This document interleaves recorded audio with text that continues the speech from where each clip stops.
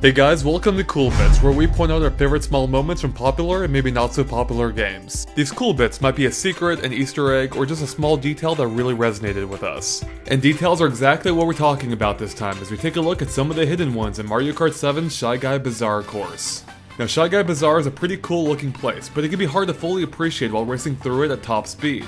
But if you ease off the gas a bit, you might just notice some of the smaller things, like the references to classic Mario games throughout the course. One of the more prominent ones is the classic star Powerup that can be found plastered all over the walls, which is a fitting decoration for a race that takes place on a star-filled night. And you might have noticed the mushroom-inspired domes that cap many of the buildings, replacing the onion domes commonly associated with Arabian architecture. And the gates get in on the fun too, with the large circles representing the mushroom spots. And did you notice the large vases and planted vegetables look like they were ripped right from Super Mario Bros. 2? And that's for a good reason, as that was the first game that Shy Guy appeared in. Well, sort of, but more on that in a second.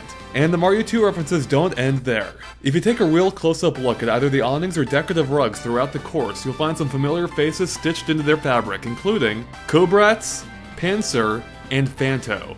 And if you look even closer, you'll notice one of the Phantos is missing, as if he left to retrieve his missing key, just like in, you guessed it, Mario 2. Now, we mentioned the course's Arabian theme earlier, but have you ever wondered why it's Arabian themed? Well, if you follow the history of Super Mario Bros. 2, then you might know that the game wasn't originally a Mario game at all.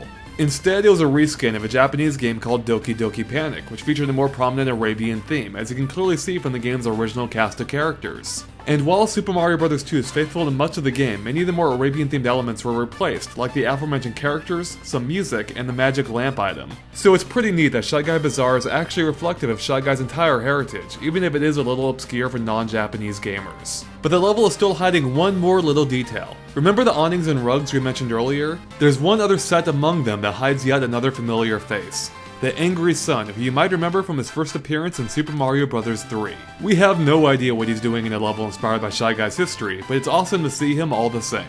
And that wraps up this episode of Cool Bits for Mario Kart 7. Now let us know if you have any cool bits of your own by posting in the comments, and we may feature it in a future episode. Thanks for watching, and make sure to stay tuned to GameXplain.com for more cool bits and everything gaming.